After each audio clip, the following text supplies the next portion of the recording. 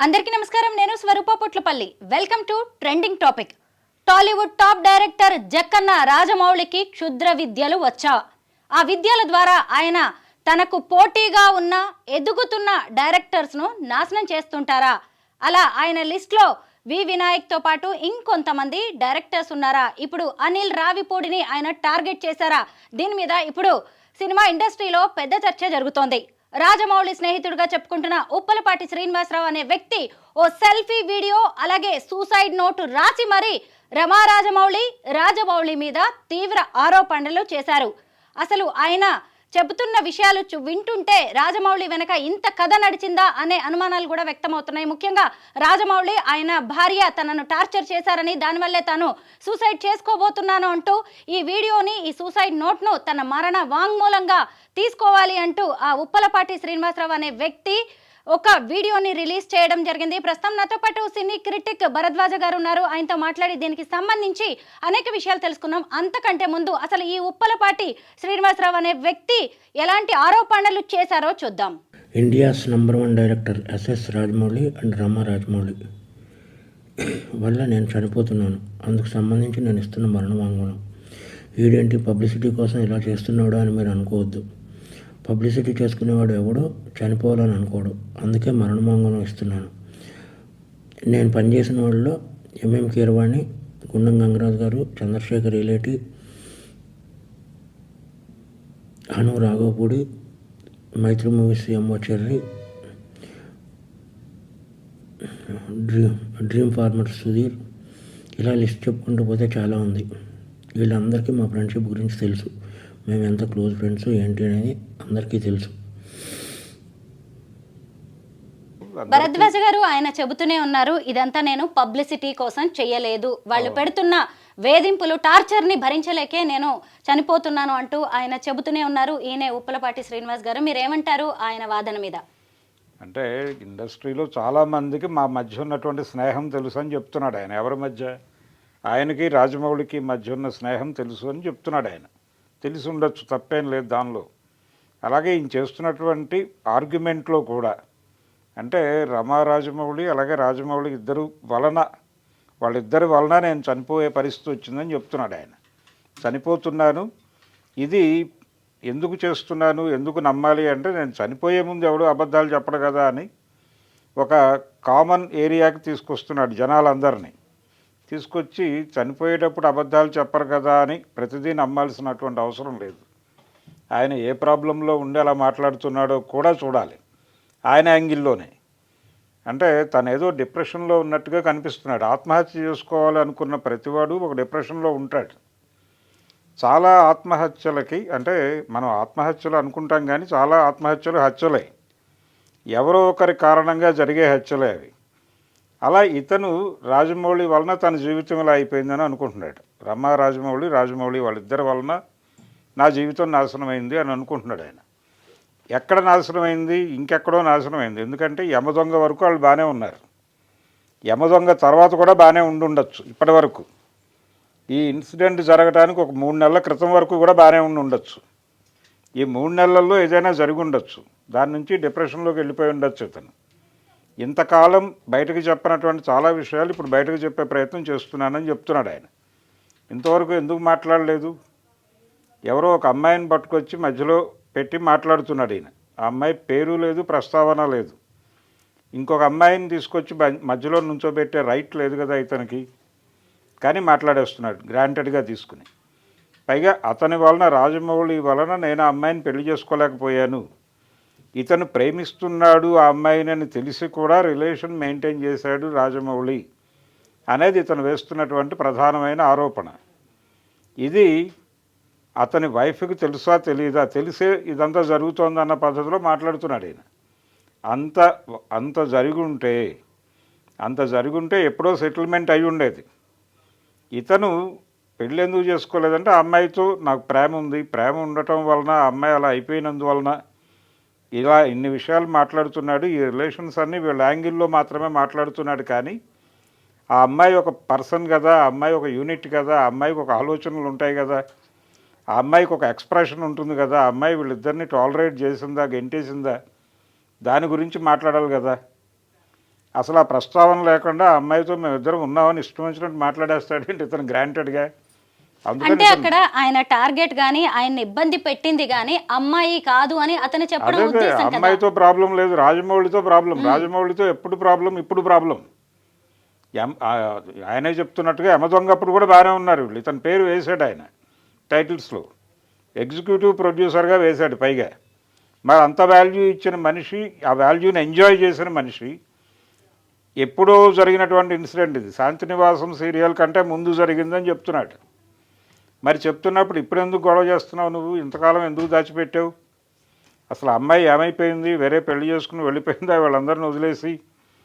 ఇలా చాలా గందరగోళం ఉంది. అయితే ఒక టార్గెట్, ఇతను ఒక అమ్మాయితో లింక్ పెట్టి కనుక ఒక వార్తను సర్క్యులేషన్లో పెడితే అది డెఫినెట్గా అవతల వాడిని క్యారెక్టర్ని అసాసిన్ చేయగలుగుతుంది ఆ వార్త అనేది నమ్మాడు ఇతను. నమ్మి ఎవరో అంటే నిజంగా ప్రేమించుంటే అలాంటి పని చేసి ఉండేవాడు కాదు.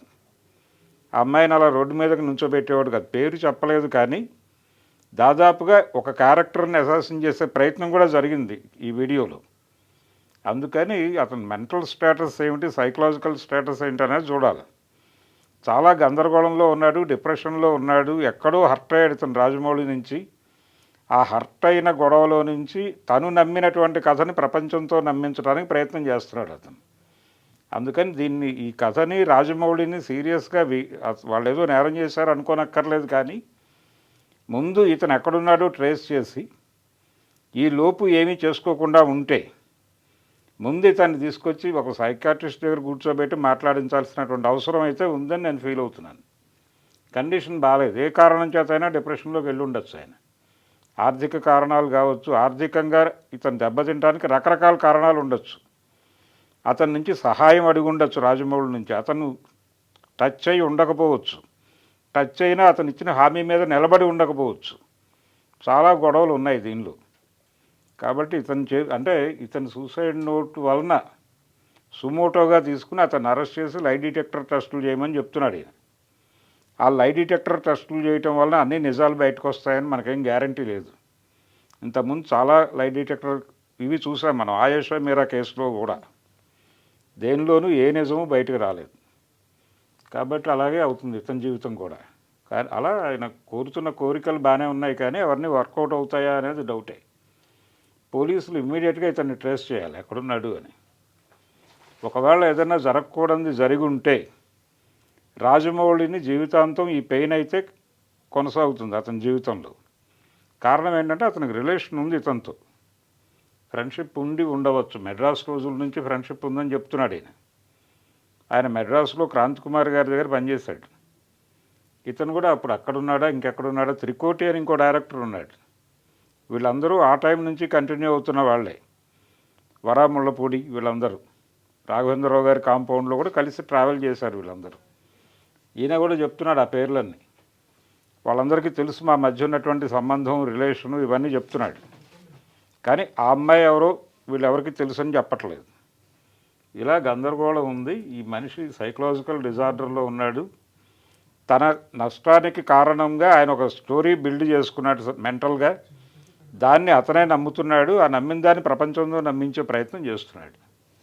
ఈ రాజమౌళి ఉప్పలపాటి శ్రీనివాసరావు ఎపిసోడ్కి సంబంధించి ఇంకొన్ని విషయాలు తెలుసుకునే ముందు ఆయన ఏమన్నాడో ఒకసారి చూద్దాం. ఎందుకంటే చాలా పెద్ద వీడియో రిలీజ్ చేశారు ఆయన.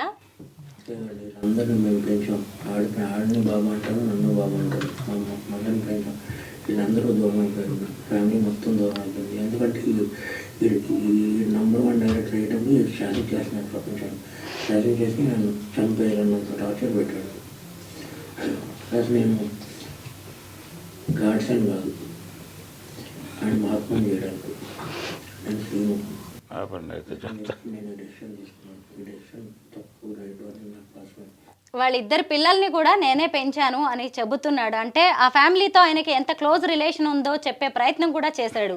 గాంధీ అలాగే గాడ్సేల టాపిక్ కూడా ఆయన తీసుకొచ్చారు. అంటే రాజమౌళిని చంపేసి ఉండాలి యాక్చువల్గా, నేను గాడ్సేన్ అయిపోయి ఆయన్ని మహాత్ముడిని చేయటం నాకు ఇష్టం లేక చంపలేదని చెప్తున్నాడు. అందుకని ఇప్పుడు నన్ను నేను చంపేసుకుందామని ప్రయత్నం చేస్తున్నానని కూడా చెప్తున్నాడు. కాబట్టి గందరగోళంగానే ఉంది ఆయన మాటలు. టోటల్ స్టేట్మెంట్ గందరగోళంగానే ఉంది. ఆయన ఏదో నమ్మాడు. అంటే రిలేషన్ చాలా బాగానే నడిచింది వాళ్ళది. పిల్లల్ని పెంచేదాకా వెళ్ళాడంటే రిలేషన్ స్ట్రాంగ్గానే ఉంది వాళ్ళ మధ్య. ఫ్రెండ్షిప్ బాగుంది.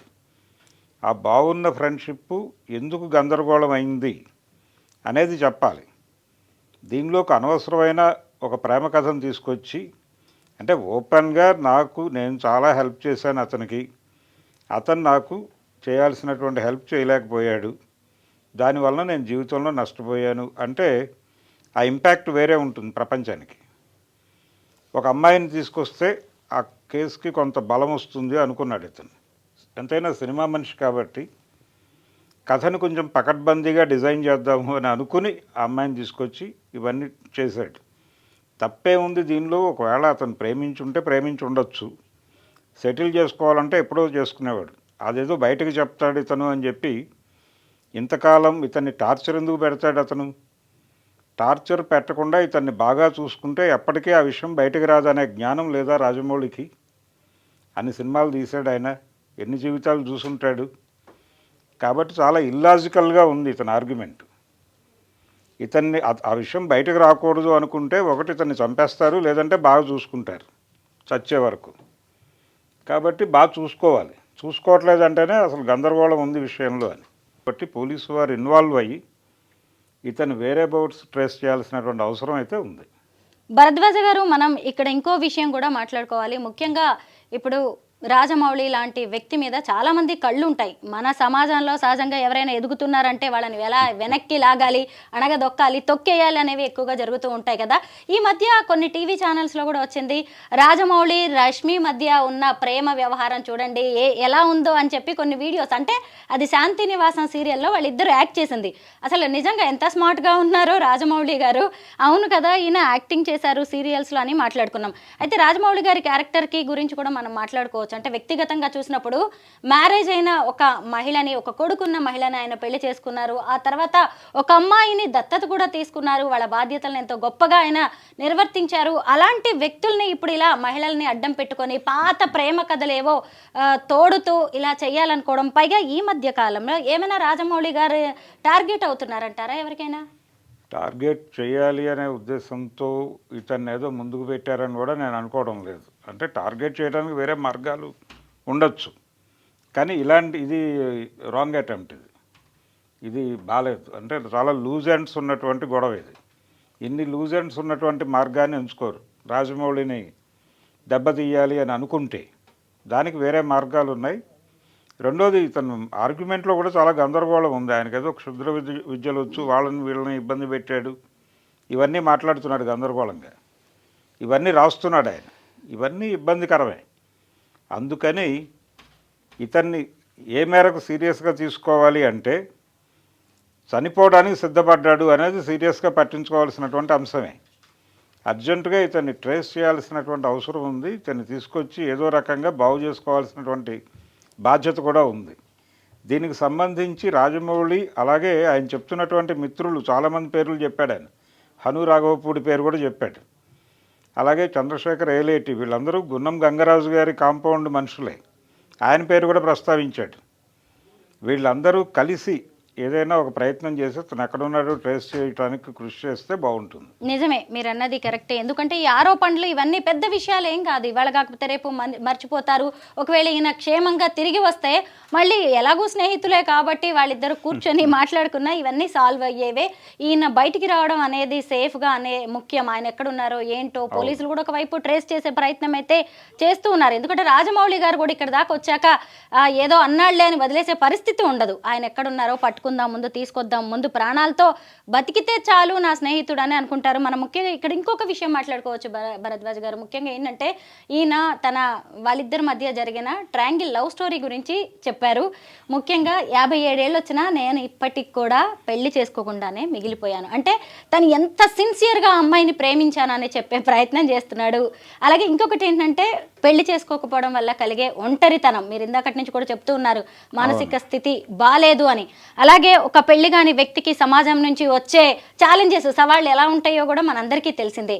వీటన్నిటి ప్రభావం పాత కథను గుర్తు చేసుకునేలా చేస్తుందంటారా? చాలా బోల్డ్గా వ్యవహరించాం మేము ఆ రిలేషన్కి సంబంధించి అని కూడా చెప్పాడు ఈయనే.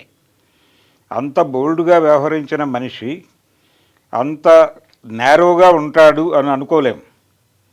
అందుకని ఆయన చెప్పిందే చాలా సెల్ఫ్ కాంట్రడక్టరీగా ఉంది ఆయన స్టేట్మెంటే. అందుకని ఆయన పెళ్లి చేసుకోకపోవడానికి అది మాత్రమే కారణము అయి ఉంటుంది అని కూడా అనుకోవడానికి లేదు. అనేక అంశాలు ఉంటాయి. ఈ అంశాలు ఏవి కూడా ఆయన మాట్లాడకుండా ఆయన ఒక స్టోరీ లైన్ అనుకున్నాడు. నా జీవితం ఇలా అవటానికి కారణం ఏమిటి అంటే, ఈ ఏజ్ వచ్చిన తర్వాత ఆయనకి ఏం సాధించాను నేను జీవితంలో అనే ఒక క్వశ్చన్ మొదలై, దీనికి కారణం ఏమిటి నా జీవితం ఇలా కావడానికి అని అనుకుని ఇది అని చెప్పి ఒక లైన్ అనుకున్నాడు ఆయన. దాన్ని నమ్మటం మొదలుపెట్టాడు. దాన్ని ఇప్పుడు ప్రపంచంతో నమ్మించడానికి ప్రయత్నం చేస్తున్నాడు. అది నాకు అనిపించింది ఇతను మొత్తం స్టోరీ విన్న తర్వాత. అందుకని ప్రాబ్లంలో ఉన్నాడు అతను, ప్రాబ్లంలో ఉన్నాడు. ఆ ప్రాబ్లం నుంచి బయటకు తీసుకురావాల్సిన బాధ్యత అతనికి, డిపార్ట్మెంట్కి మాత్రమే కదా, ఆయన చెప్తున్న స్నేహితులందరికీ ఉంది.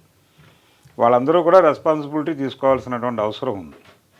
అందుకని ఏ మేరకు స్పందిస్తారనేది చూడాలి ఇప్పుడు.